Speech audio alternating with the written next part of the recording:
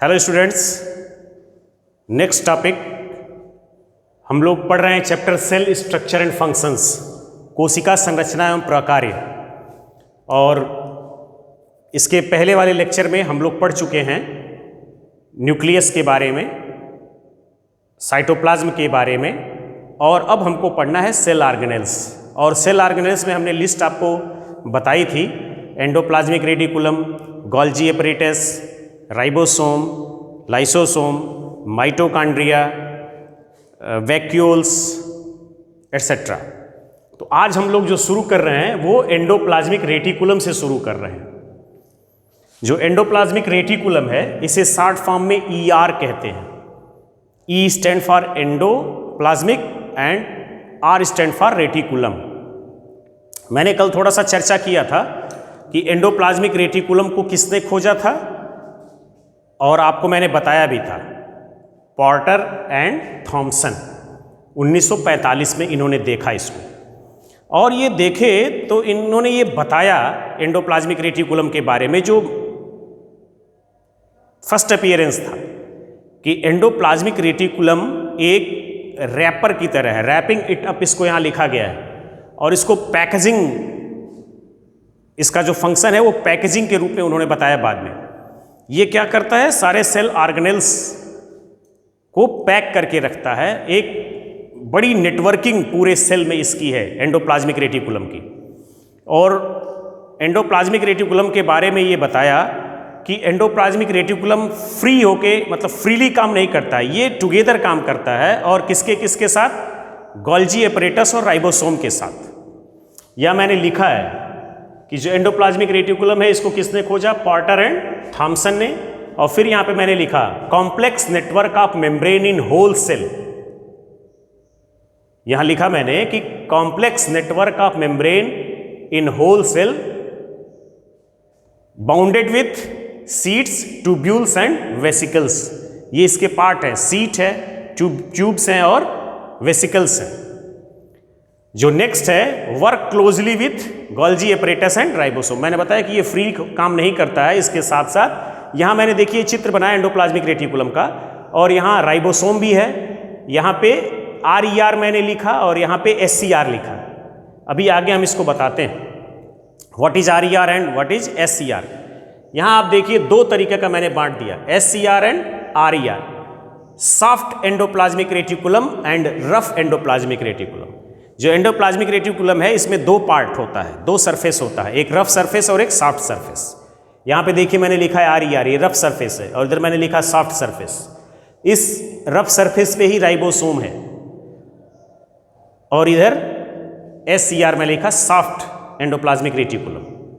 अब ये जो सॉफ्ट एंडोप्लाज्मिक रेटिकुलम है और रफ एंडोप्लाज्मिक रेटिकुलम है, इनका अलग अलग फंक्शन है, और इन दोनों का फंक्शन टुगेदर एंडोप्लाज्मिक रेटिकुलम का फंक्शन है। क्या फंक्शन कर रहा है सॉफ्ट एंडोप्लाज्मिक रेटिकुलम? कह रहा है स्टोरेज ऑफ ऑर्गेनेल्स। ये ऑर्गन को स्टोर करने का काम करता है। क्यों? Complex network of membrane in whole cell bounded with sheets, tubules and vesicles. पूरे सेल में इसका एक नेटवर्क होता है, और इस वजह से ये स्टोरेज ऑफ ऑर्गेनेल्स कहलाता है। दूसरा क्या है? Synthesis and storage of steroids. कुछ केमिकल्स सेल में बनते रहते हैं, उनकी ये सिंथेसिस करता है स्टेरॉइड्स का।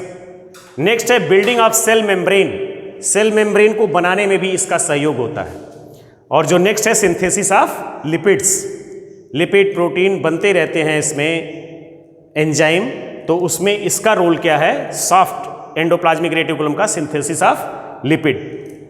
Other hand RER, rough endoplasmic reticulum, इसका क्या है? Protein and lipid synthesis. मैंने कहा ना कि लिपिड, प्रोटीन एंड एंजाइम सब बनते रहते हैं, और इसमें पार्ट बन गया। यहाँ आपने देखा कि सिंथेसिस ऑफ लिपिड है, सिंथेसिस ऑफ स्टेरॉइड्स है, और यहाँ हम लोग देख रहे हैं कि सिंथेसिस ऑफ प्रोटीन और लिपिड है एंड एंजाइम्स है। और नेक्स्ट जो इसका फंक्शन है एंडोप्लाज्मिक रेटिकुलम का, ये क्या करता है?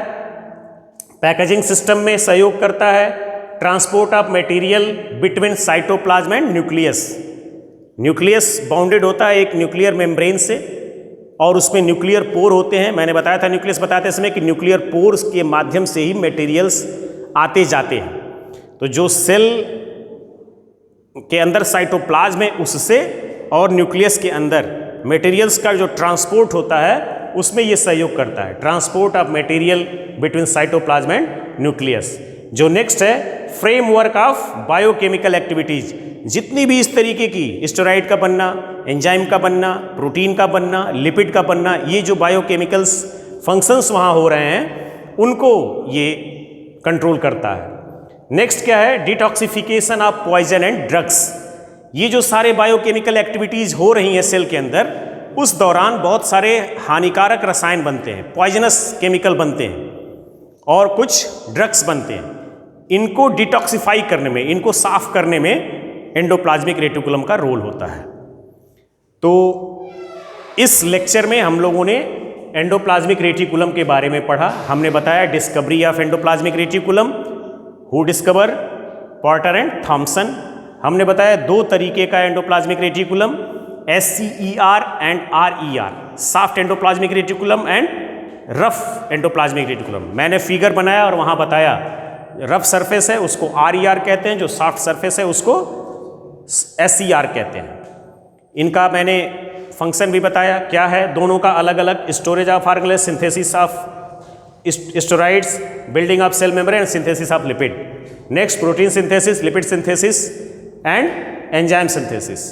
और इसका फंक्शन क्या है, पैकेजिंग सिस्टम है, transport of material between cytoplasm and nucleus है, फ्रेमवर्क ऑफ बायोकेमिकल एक्टिविटीज़ है and detoxification of poison and drugs है।